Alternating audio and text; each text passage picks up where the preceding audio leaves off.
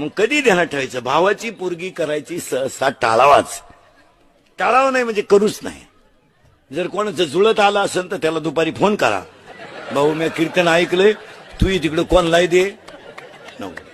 का का उत्तर नीट आहे का महिला मंडळ? का काही झालं तर तो सुनेचा बाप आहे, आपला भाऊ आहे.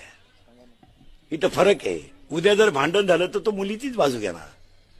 तो म्हणतो आपल्या गुड्डीचा काय दोष नाही, आपल्या बहिणीच्या डोक्यात फरक झालाय. गुड्डी ओके, गुड्डीची नाही अडचण. गुड्डी कॉलेज पासून ओकेच. गुड्डी कॉलेजला असताना सुद्धा 8-8 दिवस पळून जायची, पण गुड्डी ओकेच. गुड्डी पायी 3 पोरांनी भाषे घेतले, पण गुड्डीनं हाय गाय नाही केली.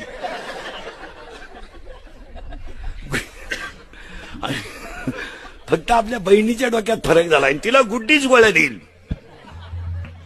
नाही नाही, रक्ताचे नाते तुटत नाहीत असं नाही चालत.